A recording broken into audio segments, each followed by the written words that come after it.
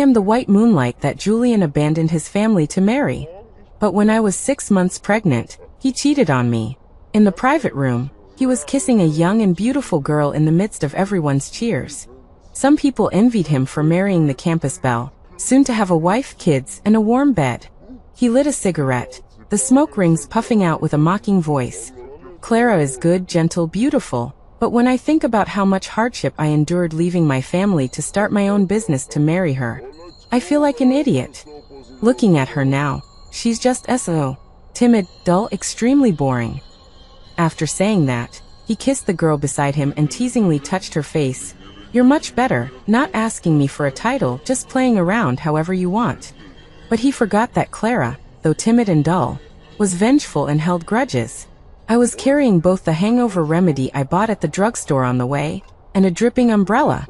My phone still had a message from Julian an hour ago. Wife, I'm drunk. Can you come pick me up and take me home? Still the familiar aggrieved and coquettish tone. The dim yellow light cast an ambiguous atmosphere in the corridor. This was a high-end private club. Julian only regained the right to enter after becoming independent from the Jiang family, and successfully starting his own business. Privacy was a given. Perhaps the light wasn't good. I stumbled suddenly when stepping over the carpet divider. I staggered forward several steps before stopping. I held my bulging belly, my heart pounding violently. Then, the ring on my left ring finger loosened, and it felt like my heart was pricked with a needle. My wedding ring fell off due to the violent movement just now.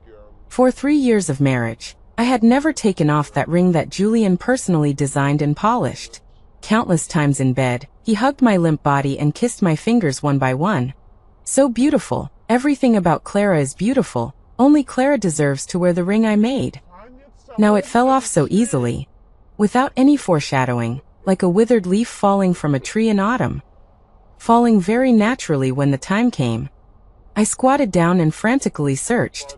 There was only black in the dim light, and there was nothing but a long furry carpet as far as I could see. The door of the private room was ajar, and the voices of young men and women came from inside. They were playing truth or dare. It seemed someone lost, and was being egged on to drink. Julian, I really can't drink anymore, can you help me? If you help me this time, tonight, I'll put in a good effort. The girl's voice was like a honey candy melting in your mouth, sweet and delicious, with a hint of coquetry in her tone. Little liar, you said you'd put in a good effort yesterday too. Who is it who started crying halfway through? The lazy male voice rose with pleasure, and it was easy to hear the pampering mixed in. Just like when he used to coax me. I am an extremely insecure person. Even if a very quiet environment suddenly makes a little noise, my heart will beat violently. Clara, why are you so timid? Even slamming the door a little can startle you. Clara, don't be afraid. I just put down a glass too hard. He lovingly wrapped me in a blanket, circled me in his arms, and smiled as he stroked my tense back. Clara is really like a little rabbit. I'll do everything gently in the future, okay? I promise not to scare our Clara at all. Strangely, I actually relaxed a little under that comfort. I gave my heart away little by little, incorporating him into my safe space. For the next few years, whenever I showed frightened or even terrified expressions, he would wrap me in a blanket and hug me, blanket and all, into his arms to help me gradually build up a sense of security. Until this moment, the safe space collapsed, and my heart also felt empty. Tears fell unexpectedly. The heartache surged like a tide a month ago, mercilessly engulfing me. Yes, a month. I knew Julian was cheating a month ago. That day it was raining too. Beijing's autumn weather changes every day. I made an appointment for a prenatal checkup in advance, wearing a thick trench coat, and waiting for Julian to come back and pick me up. The man who was supposed to be back at 2 in the afternoon was still nowhere to be seen at 3. Seeing that the appointed time was getting closer and closer, I called him. The man on the other end sounded a little hoarse, but still gentle and patient. He said, "Sorry wife, I've been coordinating with a foreign company recently. I have an urgent meeting. Can the assistant send you today?" I don't like strangers getting close, even if it's his assistant who I've met many times. But he has been very busy lately, so busy that he only comes back after I fall asleep, and he has already left when I wake up. Only the remaining warmth on the side tells me that he came back last night. The last time I saw him was the day before yesterday. The man was full of exhaustion, hugging me aggrievedly, his fluffy head rubbing against my neck, like a wolfhound begging for its owner's love, saying that the company was about to go public, and he hadn't had time to be with me or the child recently. He coaxed me with kisses to make up for the sadness of not having me by his side during this time. Thinking of this, my heart softened, and I gently reminded him, "Okay, you have to remember to rest too, your health is the most important thing." He laughed on the other end, making a loud bub-kissing sound through the phone. "Okay, I'll listen to my wife. At the charity gala last night, I bid on angel wings for you. I'll bring it back to you when I get back tonight." My face blushed with happiness. Angel Wings is my favorite master's work. It is the only work in the Freedom series that has been auctioned for sale. I had been staring at the necklace in the magazine for a long time. He noticed it and jokingly hugged me and sat me on his lap, telling me to coax him, and he would get it back for me. For it, I really coaxed him for a long time. Finally, my tongue was numb, my lips were swollen, my legs were weak, and I couldn't even stand. He finally hoarsely bent down and picked me up, placing me on his lap. "Silly Clara, no one deserves this necklace except you." But that necklace ultimately failed to hang around my neck. When I was happily looking at the fetus that had grown hands and feet with the examination results, the man who said he was busy and wanted me to comfort him was hugging a crying girl and sitting in the obstetrics and gynecology clinic next door. "Ruptured corpus luteum due to excessive intercourse. There's nothing wrong, just pay attention to the frequency of intercourse, pay attention to hygiene, and don't have intercourse recently." The girl sobbed incessantly in pain, clinging to Julian and acting spoiled. Julian held her hand and kissed her forehead gently, coaxing her in a low voice. His temperament isn't actually good. Born into a wealthy family, he has been held high in the clouds since he can remember, and he was even more unruly and rebellious when he was young. He would lose his temper at the slightest displeasure, and he was vindictive towards those who offended him. His pair of peach blossom eyes were full of arrogance and malice, not to mention coaxing people. He couldn't even speak properly. Only when facing me would those eyes contain tenderness. Now he has also learned to coax little girls with such tenderness. I stood at the door, not even noticing that the examination sheet in my hand had been crumpled into a ball. Julian is right, I am timid and dull. Even when I see my husband cheating, I subconsciously hide, not wanting to confront them directly.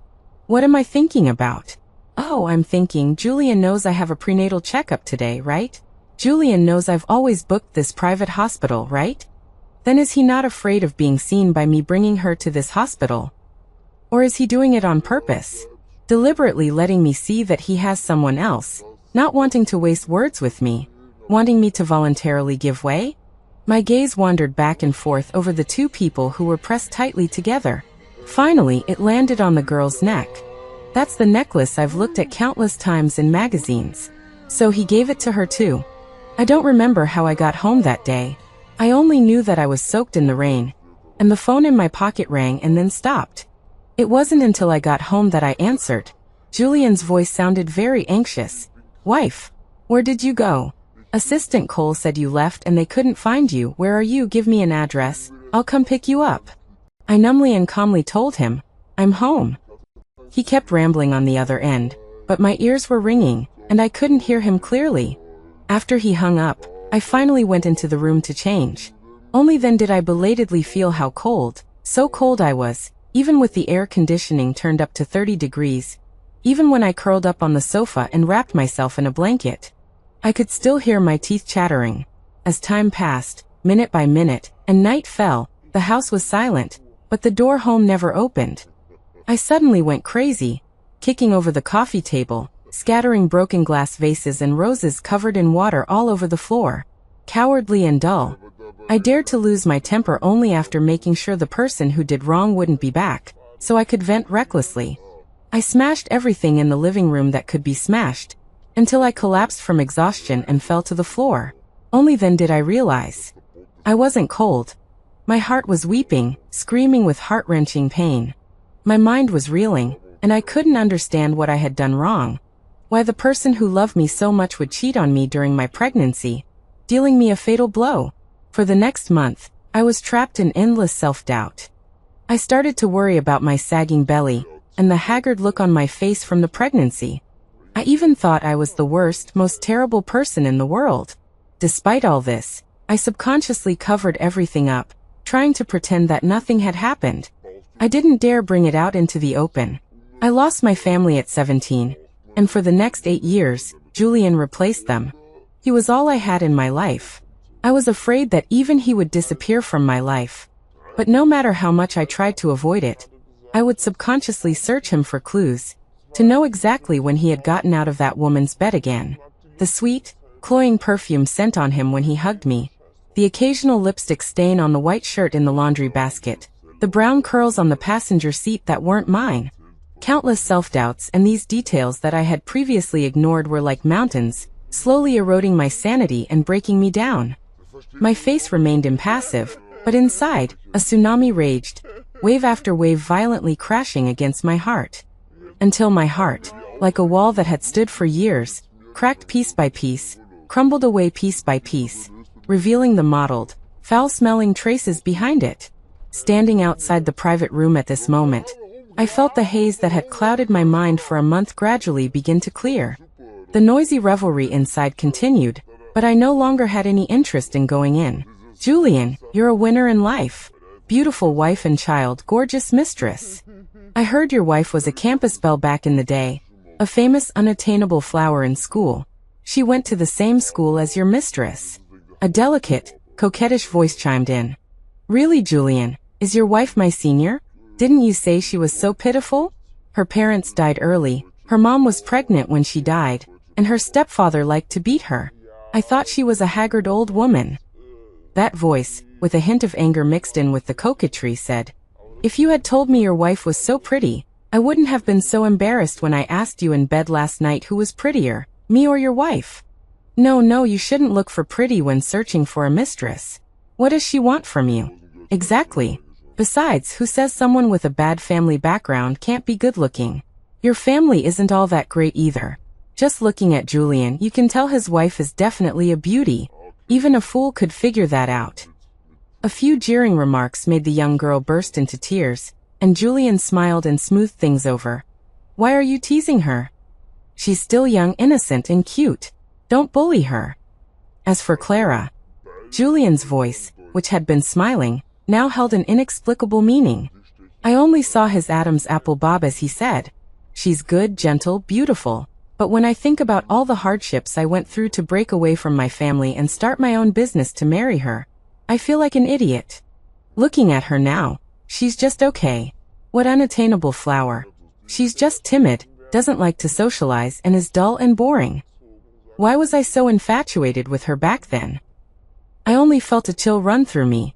That nightmarish past of mine had already been told to his mistress, and even more people, by Julian. He dissected me, that person, and my family, for their entertainment, laying bare my flesh and pain for them to see, turning my pain into a pastime for their boredom. And I had spent the past month wondering why Julian would cheat, and now the answer was coming from Julian's own mouth. Making myself torture for the past month seems so ridiculous. Julian's father also cheated on his mother during her pregnancy. By the time his mother found out, his illegitimate son was almost 10 years old, about the same age as Julian. From then on, Julian's mother's mental state was not very good. After struggling in pain for a few years, she jumped from the top of a building. And not long after his mother died, his father brought his mistress and illegitimate son home. From then on, Julian moved out and never went back. Julian was 17 at the time and lived next door to me. He became very violent because of this change, and fighting and making trouble were common occurrences. I only knew that the boy who moved in next door was about the same age as me and, like me, was pitiful and no one cared about him. So I often secretly left medicine for bruises and sprains at his door. Later, after I got together with him, I learned about his family situation and the difference in wealth between us. His father never gave up on him, perhaps because of the little bit of guilt he felt towards Julian's mother. All the resources in their family were unconditionally directed towards him. I once tried to distance myself from him for this reason. Julian found me, trembling, hugged me tightly and choked out, "Clara, I can live without anything, except you. Don't leave me, I'll die. You're the only person I care about in this world." I was ultimately moved with pity. I went home with him and met the man who had cheated and driven his wife to death. He looked down on us condescendingly. Julian, if you want to marry this woman, I will take back all the privileges you have received from the Jiang family. I will always remember the pity in his father's eyes when he looked at me, and the mockery he directed at Julian. He said, "Are you sure that when you lose the aura and everything that comes with being the eldest son of the Jiang family, and you enter a life of everyday trivialities, struggling to earn a little money each month that might not even be enough to buy a button on the clothes you wear now, while your younger brother inherits the family business, with people fawning all over him, are you sure that you won't hate her then, won't resent her?" Julian stubbornly pulled me out of the villa that day, leaving only the words, "Then take it back." In fact, everything that is happening now was foreshadowed. For example, I had seen Julian staring at his well-dressed illegitimate younger brother's photo on the entertainment news section of his phone, lost in thought. I had also seen him push away my hand as I tried to wipe his face during his most difficult time in starting his business, his eyes filled with resentment as he drunkenly murmured, "Why does he get to have everything? He's just an illegitimate child. His mother is a home-wrecking bitch. They've all forgotten the days when they used to suck up to me." These fragments pieced together a complete line that told me the truth. Julian hates me. How ridiculous. Why does Julian hate me? He made his own choices. Why is he blaming me for his dissatisfaction? Coward. Julian, your wife is heavily pregnant. Aren't you afraid she'll find out if you do this? After this sentence, there was a brief silence inside. Then came the sound of glass shattering unexpectedly and Julian's cold warning. "So everyone, shut your fucking mouths. She's about to give birth. Nothing can go wrong at this critical time." However, looking through the crack in the door, Julian casually threw the broken cup into the corner, tilting his head back, the superior profile of his face making it impossible to see his expression, as if the warning he had just given was just an illusion. I only saw his Adam's apple bob as he said, "She's 6 months pregnant now, and her belly is so big. Besides, she only has me. What can she do even if she finds out?" I looked at the figure I had once loved so much, and my body gradually began to tremble, until I was so weak that I could only lean against the wall to stand up straight. Many images flashed intermittently in my mind. Finally, it settled on a stormy, bloody day. A drunken, violent man. A little girl crying nonstop. And a pregnant woman holding the little girl's belly. "Clara! Clara, run!" The woman's eyes were bloodshot, as if blood would drip from them in the next second. Her hair was disheveled, and her voice was hoarse, as if she had phlegm stuck in her throat. Behind her was a man punching and kicking her. The man's voice seemed to pierce through time from hell and land in my ears. He said, "You're fucking pregnant, and I've gotten your belly this big. What can you do? What else can you do? Want to run? You can't run away for the rest of your fucking life." That was my past. The past I had been avoiding all my life. But at this moment, it was as if 1,000 sharp blades were nailing me to the spot, watching the past reappear, but unable to escape. No, I don't want this. After a long time, the revelry inside started up again, as Julian hugged the girl's slender waist and kissed her amidst the cheers of the crowd. I barely regained my strength. I suddenly laughed. I thought redemption was just another abyss. I turned around and walked step by step out of the dim corridor I had come from. My footsteps went from heavy to light. Finally, I ran all the way, clutching my stomach, until I stepped back into the light. Julian was right, I'm timid and dull, but I also hold grudges the most. When I offered him softness and he met me with a blade, he should have known that I would never forgive him. It was Julian. "Wife, tomorrow is our 3rd wedding anniversary. There's a surprise. Love, your husband."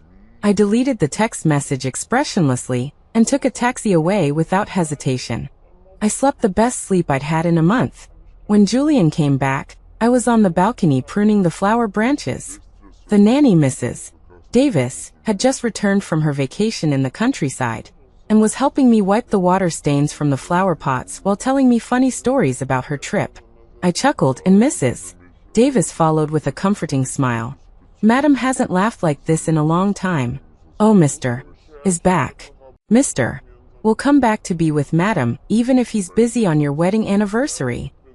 My peripheral vision caught the man in the garden below holding flowers. He was frowning and carefully checking his clothes in the car's rearview mirror, the roses in his arms glistening with dew. You've been married for so long and Mr. is still so dedicated to letting Madam see the best of him. Look, he's even spraying perfume down there. Mr. really loves Madam. Hearing this, I scoffed. It was just the last check a man who's had his fill would do, afraid of his wife seeing through him. What are you talking about? You seem so happy. Julian came up quickly. The man who'd spent a chaotic night had taken great care of himself and looked radiant. He was wearing the black fashionable suit I had bought him, which made his shoulders broad, waist narrow, legs long, and his bulging muscles in his arms were strong and powerful. Nothing, just saying how good Mr. and Madam's relationship is. Mr. you keep Madam company first, I'll go prepare lunch. Mrs. Davis smiled and left, leaving us with the space. Julian raised an eyebrow, his eyes smiling as he put down the flowers and came over to hug me. Mrs. Davis is so good, constantly witnessing my love for my wife. I raised my hand to keep him away. His strong men's cologne couldn't cover the pervasive and uncomfortable scent of a girl's sweetness. Did you stay at the company again last night? I turned and looked into his eyes. Yes, I didn't finish until 2 in the morning last night, so I slept at the company. Wife, I miss you so much. I can't sleep well without holding you. He held my hand and rubbed his head against it, his tone pitiful and without any guilt. I laughed. Really? Last night it was raining, and I was afraid you'd get wet, so I went to the company to bring you an umbrella. The employees said you had left a long time ago. Julian paused. I just gently withdrew my hand, sat back on the sofa, and didn't look at his expression. Then he suddenly took a few quick steps, grabbed me, and hugged me tightly, his arms tightening and even his tone becoming cautious. I'm sorry, wife. Last night, the CEO of Qixing said there was a problem with the contract, so I had to socialize until very late, and I drank a lot of alcohol. After I was unconscious, I just found a hotel. I didn't mean to hide it from you. I was afraid you would worry, and you have a baby in your belly. The more he spoke, the quieter his voice became, and his face gradually showed grievance. As if he really was a good husband who was socializing outside for his wife and children, and was not understood. I struggled a few times but couldn't break free, so I had to say, the peach-scented perfume on you is suffocating me, Julian. I don't like peaches, you know that. After these words, Julian's body completely stiffened. Heartache was replaced by numbness. That's great, I can face him with a calm heart now. For the rest of the day, Julian stayed close to me at all times. He took another shower and changed his clothes, smiling as he said to me, there was a female assistant from Qixing last night. She must have accidentally brushed against me and that's how the scent got on me. There wasn't even a trace of panic about almost being caught cheating. I never knew his acting skills were so good. I smiled and nodded, brushing the matter off. Julian gave the family's nanny a holiday, saying he just wanted to spend a day with me today. He was so clingy that he didn't even let them cook and sent them all away. I looked at his busy back in the kitchen, and for a moment I felt like I was back when we had just gotten married. Back then, I had trouble sleeping, my spirits were low, and I was thin, so he would personally cook and feed me whenever he had time in between his busy schedule. If it wasn't for his phone ringing all the time. He frowned and hung up the last call. 2 of the chicken wings in the pot were burnt because he was distracted. My phone also rang a few times at the right time. There were several pictures and a file package. The pictures were taken in Julian's office. A girl was kneeling on the desk, her tight skirt pulled up high, and the man had only unzipped his zipper. 2 bodies were tightly joined together, the man's restraint and the girl's joy intertwined. I felt a little nauseous. I touched my chest and found that it felt like nothing was there. That's a good thing. Useless old woman, go die with your child. I can also have children for him. I just had a checkup. Do you think he'll still want you if he sees it? The text message came with an ultrasound. He's been tired of you for a long time. He told me that if it wasn't for you, he wouldn't have suffered so much. He's not divorcing you now just because of the child in your belly, because of responsibility. Let him go. I ignored her, but I understood. The person who deliberately used Julian's phone to lure me there last night was probably her too. The young girl's thoughts were obvious. It was a pity, She had been admitted to a prestigious school. Her future was obviously bright, but she had taken such a path. I saved those pictures and opened the file package sent by the foreign account. Inside was the girl's information. 20-year-old Maya had a youthful and beautiful appearance and a difficult life. A grandmother who favored boys over girls, a mother who died early, a vicious stepmother, and a fierce father. Julian had redeemed her. 2 years ago, when Julian's company was going public, there was a charity event. There was a problem with the relief supplies in the mountain area. Julian went to solve it himself and saved her, who had just finished the college entrance examination, and was about to be sold by her father to a widower in the village. Julian appeared in her life like a god descending from heaven. He brought her back to Beijing, pulled her out of the mire, and sponsored her to study. It was only natural that she fell in love with the god who saved her. She's very similar to you. The foreign account sent a message. I sneered, still in the mood to joke with her, and replied, "I'm not a mistress."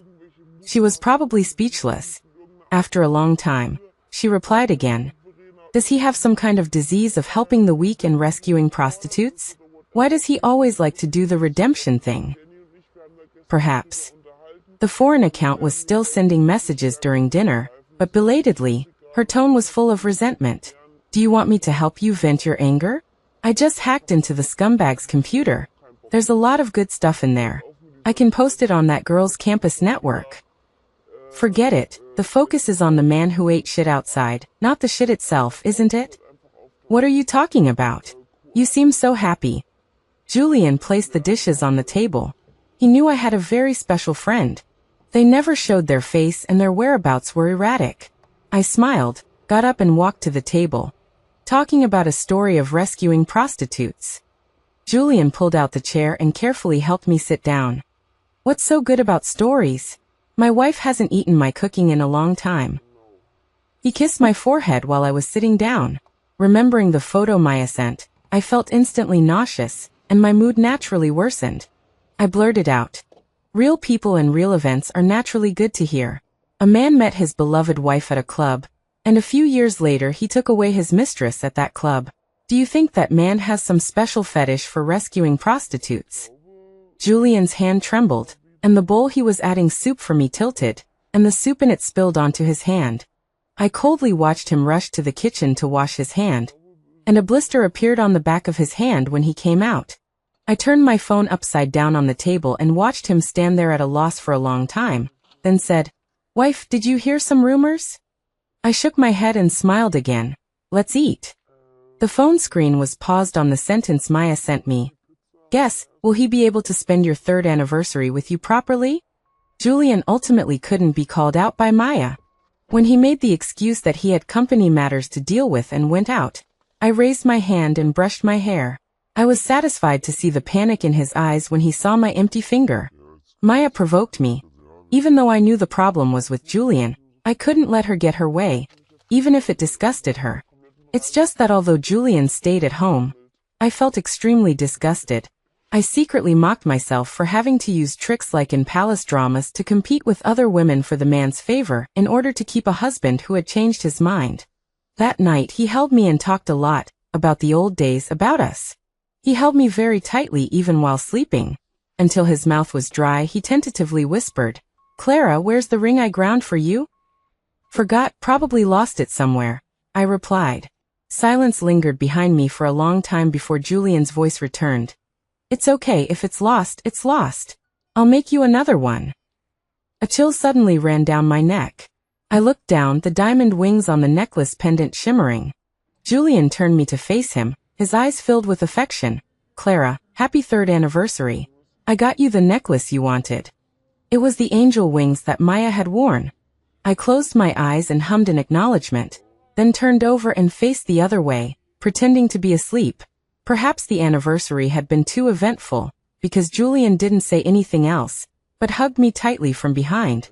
Before I drifted off to sleep, I seemed to hear him say, "Good Clara, you must always stay with me, you can never leave me." But the forever he spoke of only lasted a few hours. I woke up when Julian got out of bed very quietly in the middle of the night. I closed my eyes and listened to him fumble around in the dark, get dressed, and then leave. Maya seemed to have been waiting for a long time downstairs at the villa, and threw herself into his arms when he appeared. I watched silently for a while, then tore the necklace off my neck and threw it into the trash can, and went to sleep in the guest room next door. Dirty, too dirty. So dirty that I couldn't pretend for even a moment after he left. I received a message from Julian the next day. He said he had to go on a business trip, his tone very cautious. I'm sorry, honey, this business trip was a last-minute decision. It's an emergency. When I get back, I'll stay home with you and prepare for the baby. I won't go anywhere. I'll just stay by your side. Be a good girl and wait for me at home. Okay, work is the most important thing. Don't worry about anything else. I'll have a big gift for you when you get back, I replied. Attached to the message was a photo of him holding Maya's hand as they boarded the plane. The man was tall and long-legged, the woman petite, like a loving and inseparable pair. I turned off the screen and took out all the photos we had taken together over the years and put them in the shredder. Then I had the people I had already contacted come and smash all the decorations in the rooms that could be called memories. The handmade ceramic cups we made together. The trophies we won together during school projects. The handmade rocking chair I had begged him to make for me, including the already decorated nursery. We actually could have checked if the baby was a boy or a girl, but Julian didn't want to. He said he wanted to wait 10 months to see for himself. So we decorated 2 nurseries. Pink was for a daughter, blue was for a son. But now, they were turning into ruins in front of me, along with all the anticipation for the baby. After telling the nanny that she didn't need to come to work for the next few days, I went out. On the way out, a message came from a foreign account.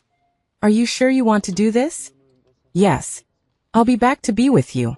5 short words, and the grievances of the past few days poured out like a flood, and tears instantly streamed down my face. Okay. Night fell, and Julian leaned against the window smoking. The nurse in the ward said, "Sir, no smoking is allowed in the ward." Julian responded, and used his finger to extinguish the cigarette. How is it? There's no problem. You can have the surgery tomorrow. Just avoid intercourse during the postpartum period. Don't get exposed to the wind. You're young, so you'll recover quickly. After the nurse finished speaking, she left. Maya's eyes were red and her face pale as she called out to him, "Julian." She had forgotten how smug she had been when she showed Clara the pregnancy test. At this moment, she only wanted to ask if she could keep the baby. She wanted to say that she wasn't with him for the money, but she was interrupted before she could say it. "I'll give you a sum of money. This money is enough for you to live on for the rest of your life. Don't contact me again." Julian's expression was cold, no longer the gentle man he had been with her before. Seeing that she still wanted to pester him, Julian leaned over and pinched her face, so hard that 2 finger marks immediately appeared on her face. "I told you the rules from the beginning, Maya. Be obedient, and you can stay in Jing City. Otherwise..." He chuckled, the unspoken words self-evident. Maya shivered. She suddenly remembered Julian's ruthless methods. It was Julian's pampering during this time that had given her delusions. She had forgotten that she was just a pet he kept. And his true love was all for that woman named Clara. "Okay, you'll have the surgery here. We'll handle the follow-up." Julian stood up, preparing to leave. Maya was still in a daze. Suddenly, she remembered her provocation towards Clara. If Julian found out. She suddenly reached out and grabbed Julian's sleeve. "Julian, just for the last few days, can you stay with me? Can we see our child off together?"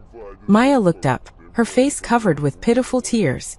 She thought, at least she could stall him for a few days. After she had the abortion and her body was a little better, she would take the money and leave this place completely, so that no one could find her. And even if Julian found out that she had told Clara about their affair, and wanted to settle the score with her, he wouldn't be able to find her. Julian looked down at her. Maya from this angle looked most like Clara back then. 17-year-old Clara was already very beautiful. The kind of beauty that stunned you at first glance, but she was also fragile and sensitive. She was the kind of person who could easily make a man have evil intentions. So the young master, who had always had high standards, paid attention to someone for the first time. He actually knew about Clara's family situation on the first day he moved in. Their family was too famous in the building.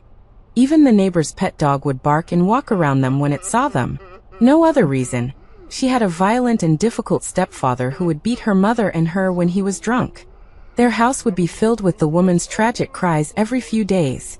The police and the Women's Federation mediated a few times, but then stopped going. But even in that situation, Clara would quietly feed stray cats downstairs in the rundown community, and would also notice when he got into trouble outside and brought him medicine when he was injured. She was truly a kind-hearted and almost saintly girl. He had always been clear about his gratitude and resentment. He would make those who offended him wish they were dead, and he would not take other people's kindness for granted. So when their house was filled with the woman's screams again, he kicked open their door and rushed in. But the scene before him was even more shocking than the neighbors had described. He had never seen Clara's mother in all this time, but he finally saw her now. Her mother was emaciated and covered in injuries, but her striking beauty could not be hidden. Clara looked just like her. But now, she was lying on the ground with a bulging belly, enduring the man's slaps. Clara desperately hugged the man's leg, trying to pull him back, but was kicked over. The man also cursed filthily. "You married me and still want to run away and hook up with rich guys? Bitch, you dare to run? I'll kill you first, then kill your little slut daughter." Even though he had seen many ugly faces during this time, the young master had never been so angry. He almost roared as he rushed over and got into a fight with that man. In the end, the man broke 3 ribs and his leg bone was shattered by him. It was his father who paid to settle the matter. The man was afraid. For a long time afterwards, Clara and her mother had a better life, and her face clearly had more smiles. Looking at Clara's smile, Julian felt his heart flutter for the first time. Later, Clara's mother, who never went out, would support her belly and go out, and when she saw him and Clara together, she would warmly invite him home to eat together. Until one night, their house was filled with noise again, and he rushed out without even putting on his shoes. But this time the matter was even more complicated than last time. Crushed peaches were scattered on the ground, like Clara's hard-won happy summer.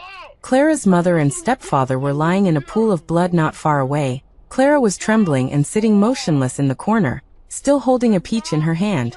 She was like a dandelion in the wind, as if she could be blown away by the wind at any moment. It was the first time the unruly young master was afraid. He almost trembled as he went over and hugged Clara. He comforted her with a gentleness he had never had before, until she wailed. If he had initially noticed her because of her outstanding appearance, then later, he had truly fallen in love with this unfortunate girl. As for Maya, he first met Maya when she was only a teenager, and she was being dragged like an animal with ropes tied around her towards a crippled, lecherous middle-aged man. The girl's eyes were dim, her expression numb. Almost instantly he was reminded of Clara, shivering and leaning against the wall that night. They were both pure jasmine flowers blooming from the mud. In that moment, he felt a pang of pity, but it was only pity, because his heart belonged to Clara. Thinking of this, his gaze softened, and he said softly, "Okay." In the following days, Julian treated Maya as he had before. These were the last few days. He'd give this little girl who was infatuated with him a little bit of care, he thought.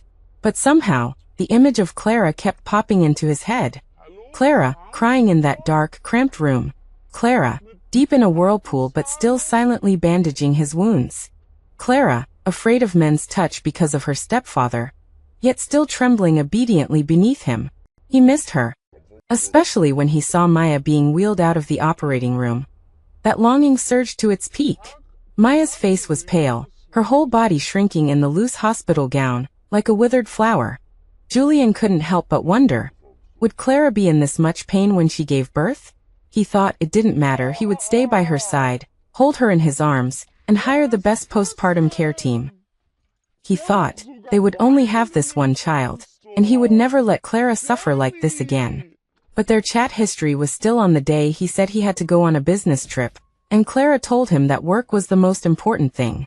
He really did have company matters to deal with these past few days, plus Maya's abortion. He was so busy and overwhelmed that he didn't have time to contact her.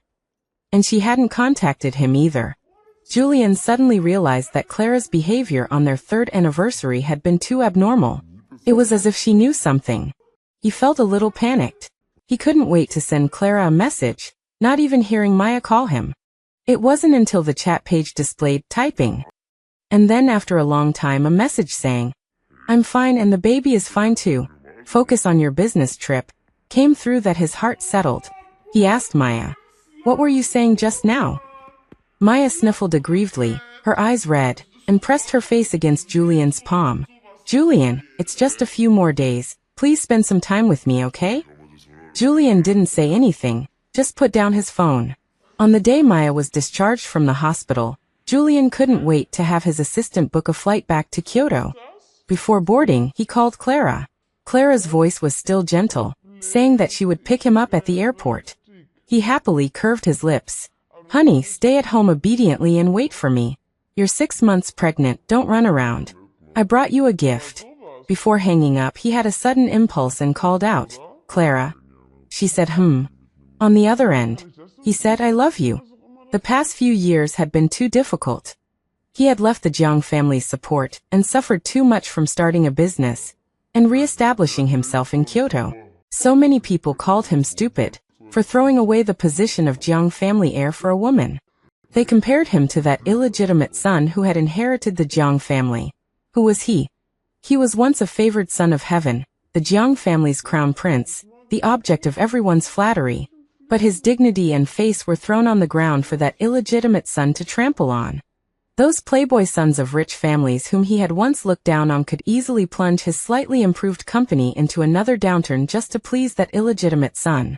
Therefore he had irrationally resented Clara, even hated her. He hated that her appearance had made him lose his mind and abandon everything. As time passed, he had not said those 3 words with such passion and sincerity for a long time. Speaking them suddenly, his heart was racing like a young boy's, hoping for a response from the other end.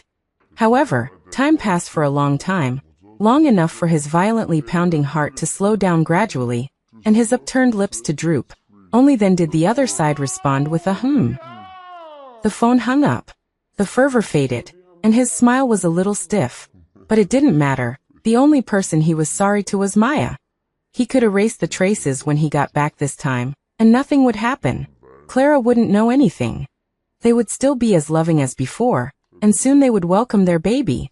A harmonious picture flashed in his mind, and even his expression softened. After getting off the plane, it started to rain drizzlingly in Kyoto. The air seemed to be filled with ominous signs, as if something important was about to be drawn from his life. Julian braced himself and kept stepping on the accelerator after getting into the car. Faster, faster. He would take Maya back to school, and then go home to find her. What was Clara doing now? Was she quietly reading a book on the sofa? Or was she pruning those few plants that she treasured on the balcony? Or even was she holding her belly and pacing back and forth at the door, just waiting? The accident came exceptionally fast. He instinctively moved to shield Maya. After all, she had just gotten rid of a child for him. If the impact was severe, her life might be in danger. Because of the rain and his unease, the car had a rear-end collision. His car's front end slammed hard into the back of the car in front. Julian knew it was his fault, but who was he? The Jiang family's crown prince had never admitted his mistakes since he was a child. After confirming that Maya was okay, he called his assistant and told him to pull some strings as he usually did. He'd give some color to this unlucky person who had brought him bad luck. After hanging up, Julian got out of the car with a cold face. Maya grabbed him nervously and followed him out. The rain was getting heavier, and Julian took off his jacket to put it over Maya's head, protecting her in his arms, and was about to go forward to see who was in the car in front. However, he hadn't walked 2 steps when he saw a scene that would be engraved in his soul for the rest of his life. The woman pushed open the car door and fell to the ground, her bulging pregnant belly trembling with pain from the injury on her forehead. Then she raised her head, her gaze towards him, and Maya was as calm as an ancient well, and the face he had missed for so long appeared before him. In that instant, all the blood in his body seemed to be drawn out.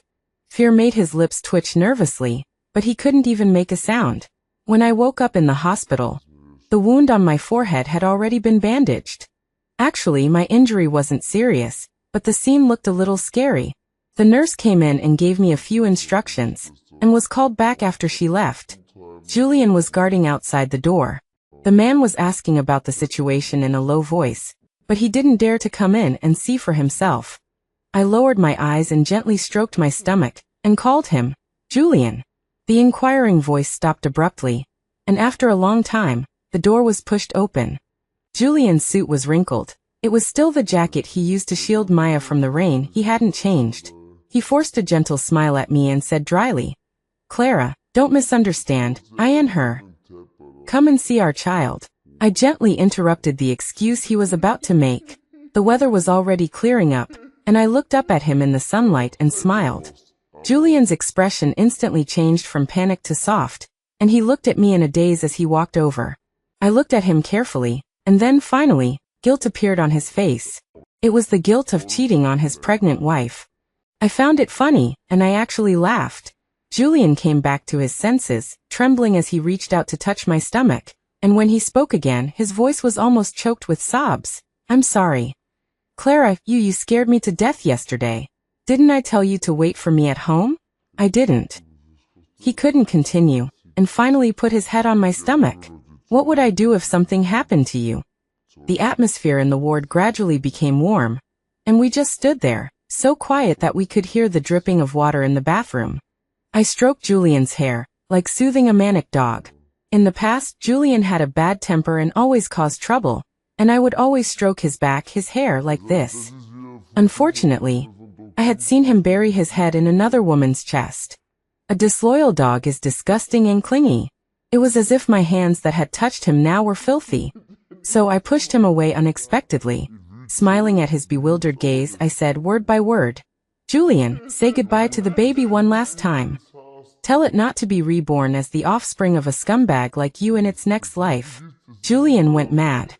He was held down on the ground by the brawny men I hired, his clothes disheveled, desperately roaring. Several times he almost broke free and rushed towards me. Thankfully, I had prepared in advance, having the men I'd paid to wait outside restrain him when the labor pains began. The look in his eyes changed from shock to pain as he watched me, finally settling on despair. Clara, you're kidding, right? I was wrong, I was really wrong. Maya and I were only together for these few months. I never loved her. I love you. I only love you.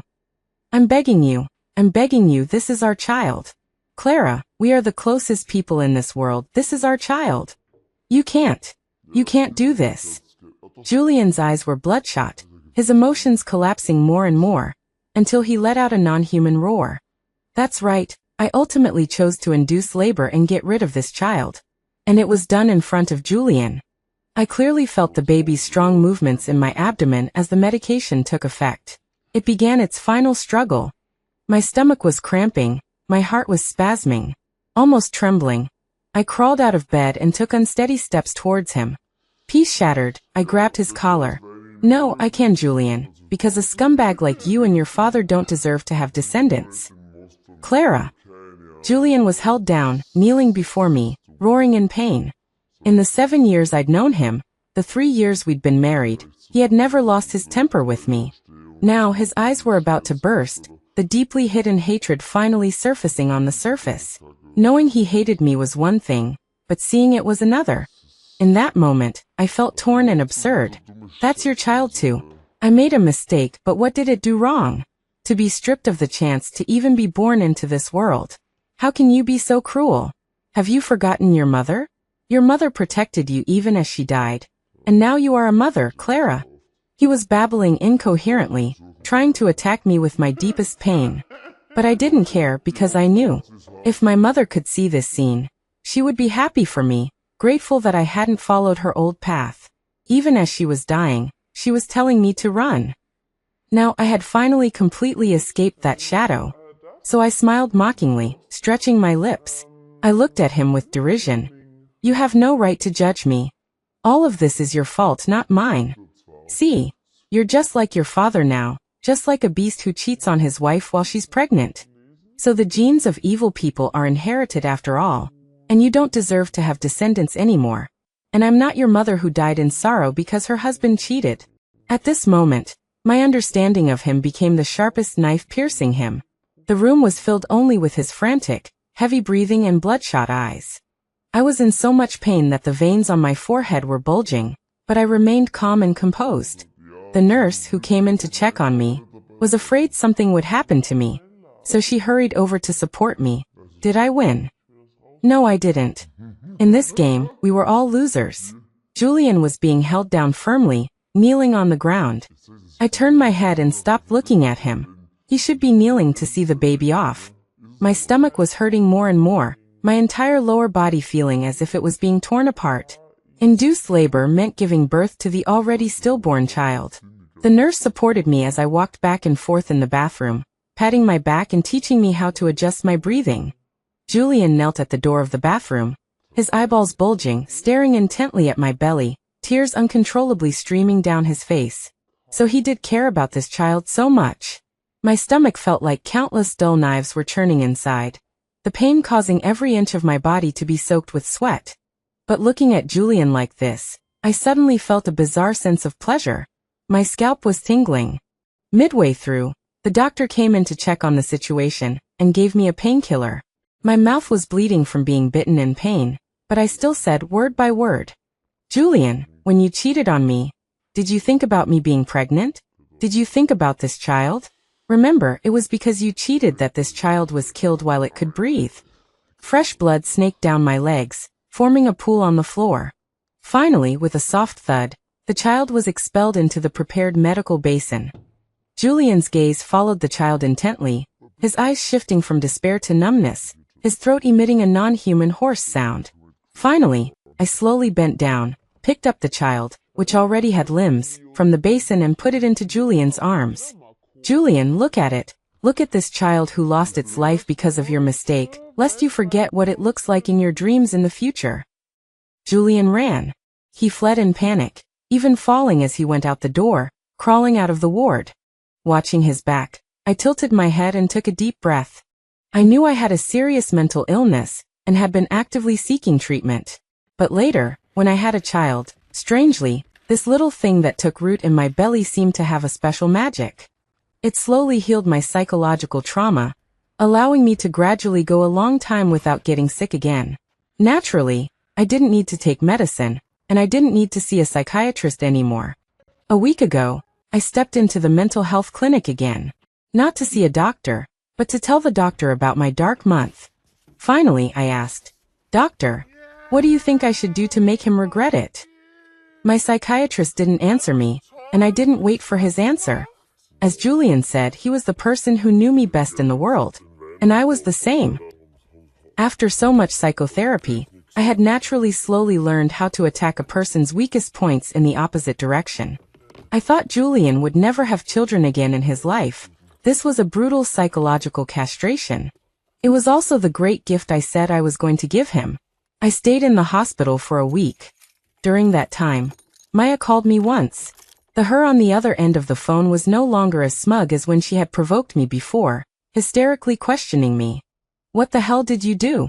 Why has Julian been running a high fever since he came back and can't keep anything down? Clara, you vicious woman. You should go to the 18th level of hell." And I only smiled and asked her one sentence. "I heard Julian forced you to abort your child?" Then she hung up the phone. On the 8th day in the hospital, an uninvited guest came to my ward. The woman was dressed in black. After entering the ward and making eye contact with me, she took off her mask and the hood of her windbreaker. Looking at her face, which was almost transparently white due to years of being away from the sun, I choked and then burst into tears. That afternoon, I checked out of the hospital. On the way to the airport, Julian called me, but I didn't answer. He didn't call again after the first time. While waiting for my flight, Zara put on her hat and mask again, and typed on the computer for a while, then raised her eyebrows with a smile. Done. I sat aside, staring blankly, and didn't ask her what was done. Zara was my friend who had never shown her face. Her situation was similar to mine, the only difference being that she was autonomously averse to light and crowds, while I was afraid of crowds. She used to be a hacker and was arrested for provoking and hacking into the system of a long-established family business abroad. Later, she was fished out by that family and made a network security engineer. So her done wouldn't be anything good. The divorce agreement has already been sent. Soon you'll be able to come and live with me abroad. She ruffled my hair, and I turned to look at her. It wouldn't be that easy. Julian was persistent and vindictive. This time, he was caught off guard, and he didn't have time to react. But he always repaid his grudges, and whether it was love or hate, he would never let go easily. So before coming to the airport, I went to see someone first. Now in charge of the Jiang family is Julian's illegitimate younger brother. I understand Julian. He has immense pride. Even though he has now made a name for himself, this heir recognized by his father is someone he will resent for life. He won't willingly be trampled by this person. That would be worse than death for him. In the early stages of his business, Julian loved me very much and gave me 20% of the shares. Now I've sold those shares to his illegitimate younger brother. These two have been at each other's throats for years, wanting to crush each other. The illegitimate son probably won't miss this opportunity. Only if they fight each other can I buy myself some time to recover and get the money I need to live abroad. I took a long time to recover after going abroad. The 6-month induced abortion caused a lot of damage to my body. During that time, I finally understood what Zara meant by, "It's done." She had hacked into Julian's computer and sent compressed files of Julian and Maya's explicit photos and videos to all of Julian's business partners and company employees on a timed schedule. She also privately sent the provocative messages Maya sent me to Julian. Julian's company was already in turmoil because of the shares I sold to the illegitimate son. This information made Julian's current situation even worse. Even in this state, he didn't give up on contacting me. No matter how strictly Zara guarded, a few messages occasionally appeared on my phone. "Clara, where are you? I won't get a divorce. I was wrong. Can't we go back to how we were before? Clara, I love you very much. I won't let go.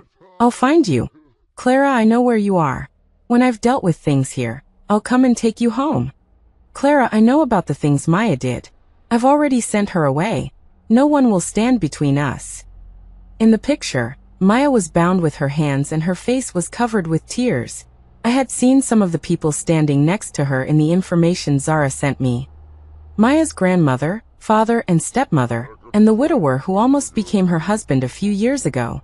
My hands trembled as I finished reading the messages. Zara snatched the phone from my hand and used a towel to wipe the sweat from my forehead. Ever since the induced abortion, I've been breaking out in cold sweats, feeling cold all over. At this moment, even my heart began to feel cold. She helped me up. "I made soup. Come on, let's eat." I nodded weakly.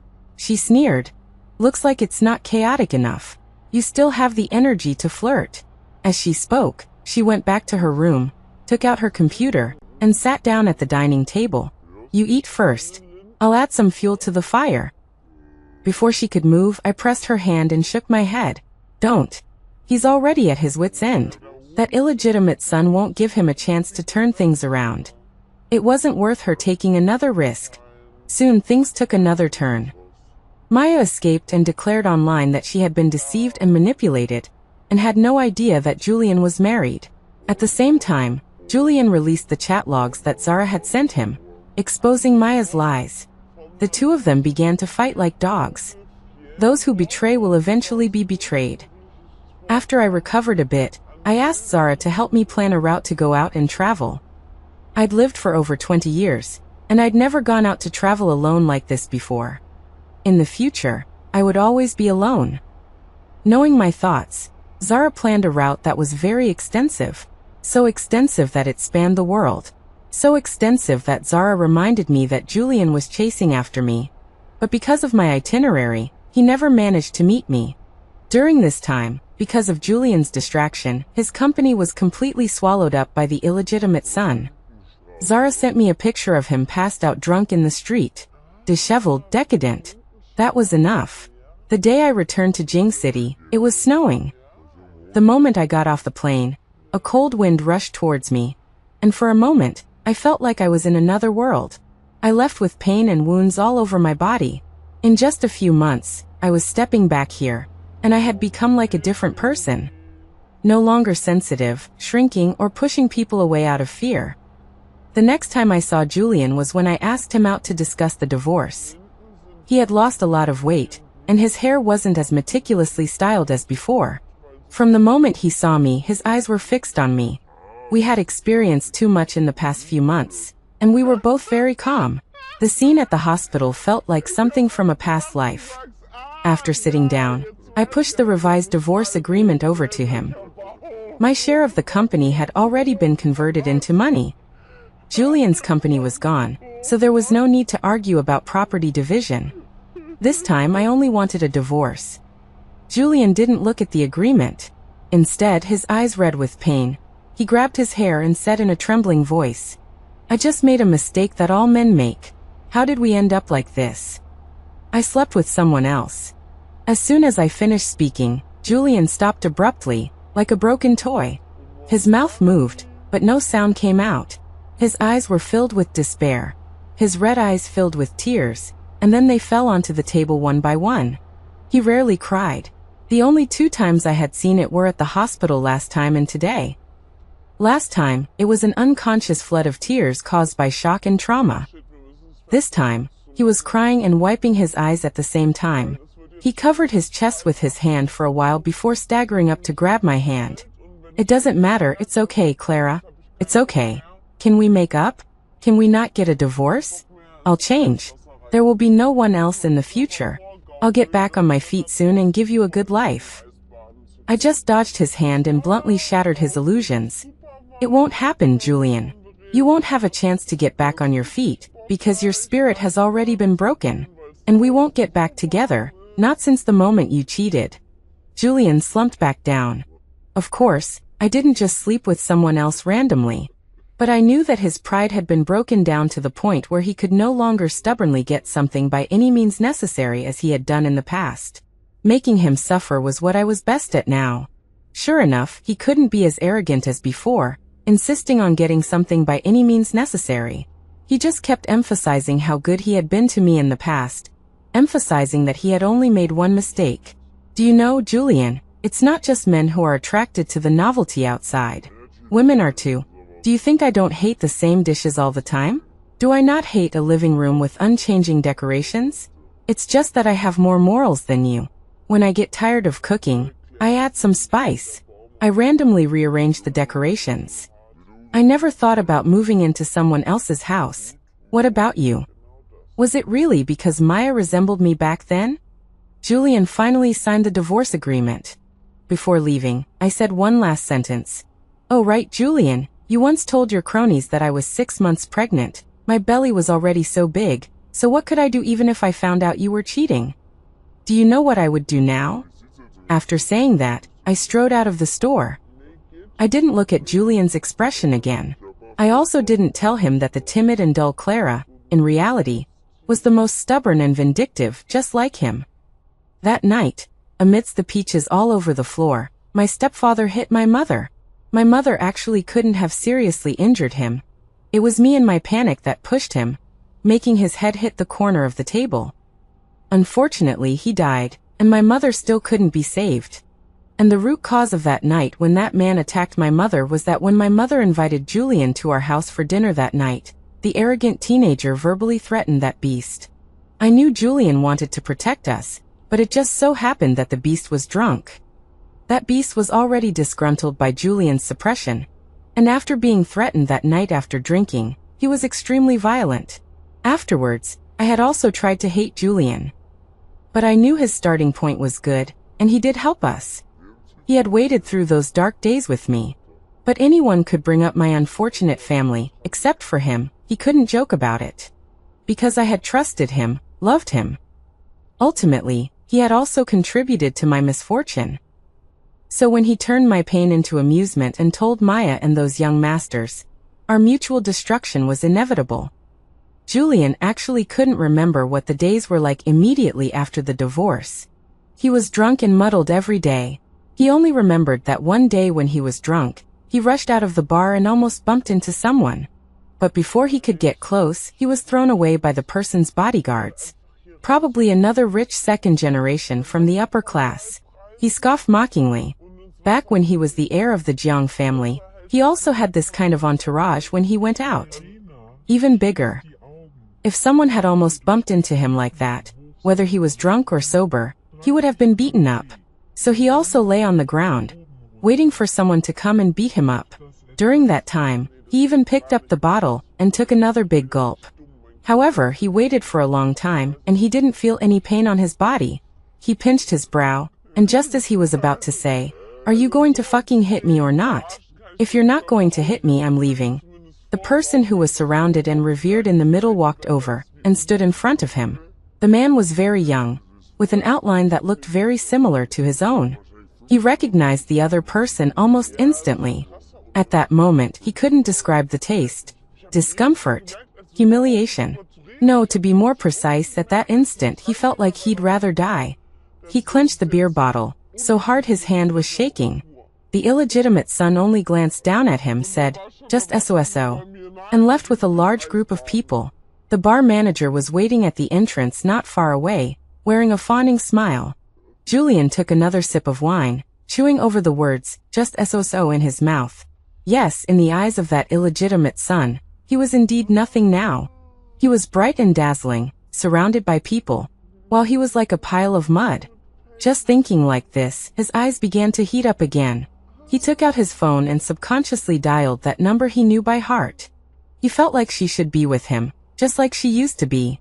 It was answered quickly, but it was a man's voice. For a moment, Julian felt like he had no heartbeat. Clara had another man beside her. Did that mean that soon, she would also start a new relationship? The other end said hello several times, and probably hung up when there was no response. But he no longer had the courage to call back. Clara was right, his spirit had dissipated back in the hospital that day. He couldn't go back. He could never go back. Neither to the status he once had, nor to the person he loved with his life. He threw away the beer bottle, slowly got up, and stumbled towards the shadows not far away.